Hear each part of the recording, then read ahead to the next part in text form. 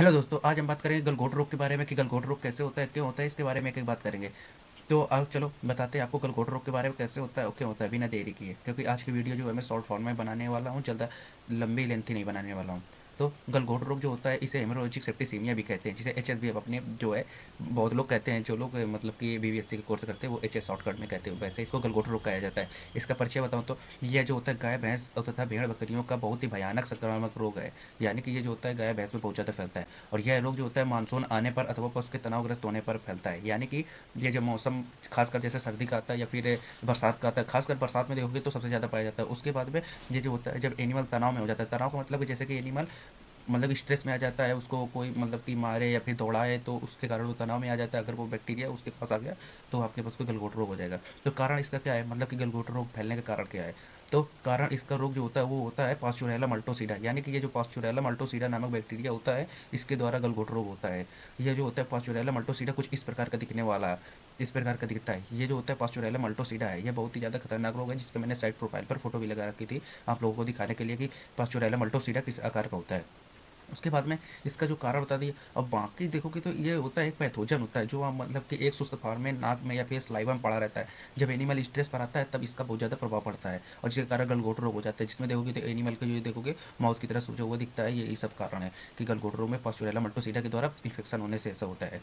ये जो होता है पास्चुरेला मल्टोसीडा नामक जीवाणु से, जो कि एक ग्राम निगेटिव जीवाणु है। ग्राम निगेटिव मतलब होता है कि जिसका एक स्पोरल सेल पाया जाता है, उसके बाद में एक मतलब कि एक ही आवरण पाया जाता है, और एक ही जो होता है डीएनए पाया जाता है, उसे हम लोग ग्राम निगेटिव जीवाणु कहते हैं। छूत लगने के ढंग जो होते हैं उसके कारण भी पशु में गलघोंटू रोग होता है। यानी कि जैसे कि किसी पशु को गलघोंटू रोग पहले से हो रखा है, अगर उसी गलघोंटू रोग वाले पशु को कोई भी पानी पिलाया गया, कोई भी वाटर पिलाया गया, या फिर कोई उसको खाना दे रहा है, उसी को दूसरे पशु को हमने दे दिया तो उसके भी गलघोंटू रोग हो जाएगा। जैसे कि यहाँ पर लिखा हुआ है कि रोग के जीवाणु मुंह नाक ग्रसनी में उपस्थित रहते हैं, जो मैंने आपको पहले ही बता दिया था कि इस लाइव में उपस्थित रहते हैं, परंतु रोग पैदा नहीं कर पाते हैं। जब पशु की रोग प्रतिरोधक क्षमता अथवा तनाव, लंबी यात्रा या फिर स्ट्रेस के दौरान वहाँ पर आप देखोगे तो उसको प्रभाव पड़ता है, तभी ये ऐसा होता है।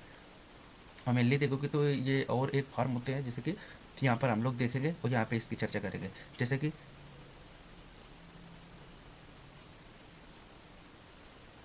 जीवाणु जो होते हैं ये रोग को क्या करते हैं, ये रोग पैदा करते हैं।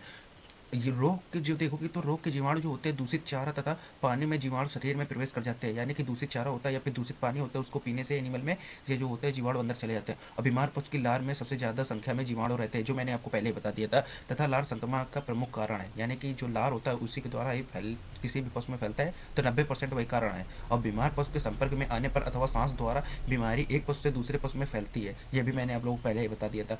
काटने वाली मक्खियाँ, हाँ ये एक सबसे इंपॉर्टेंट टॉपिक है कि जैसे कि ये और किस कारण फैलता है। जैसे कि कोई भी मक्खियाँ जो काटती हैं या फ्लाई जितनी होती हैं उनके द्वारा भी बहुत ज़्यादा फैलता है। जैसे कि काटने वाली मक्खियाँ, किल्लियाँ, जूं तथा पिस्सियों द्वारा भी रोग जो होता है एक पशु से दूसरे पशु में फैलता है।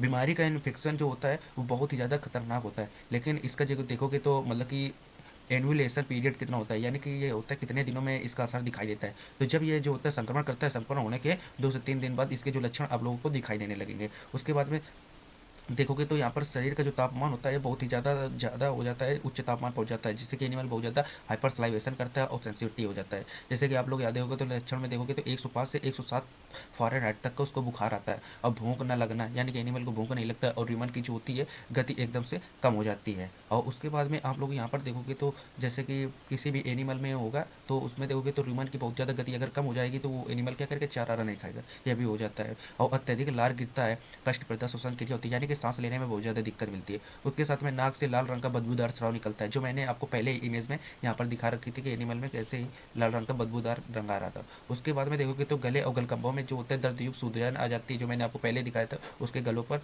जो होता है दर्दयुक्त सूजन आ जाती है, जो बहुत ही ज़्यादा खतरनाक होता है। उसके बाद में यहाँ पर देखोगे तो उसकी आवाज़ में देखोगे तो भारीपन आ जाता है, और सांस लेते समय उसमें मतलब कि खरखराहट की आवाज़ आती है, उस प्रकार से होता है, खरखराहट की आवाज़ आती है। जब पाचन तंत्र प्रभावित हो जाता है, यानी कि उसके खाने पीने में संबंधित बहुत ज़्यादा समस्या मिलती है। काले रंग के जो होते हैं दस्त होने लगते हैं। बीमार पशु जो होता है वो 12 से 24 घंटे में उसकी मृत्यु हो जाती है। जैसे कि लक्षण आप पाएंगे उसके 12 से 24 घंटे में उसकी 100% मृत्यु हो जाती है।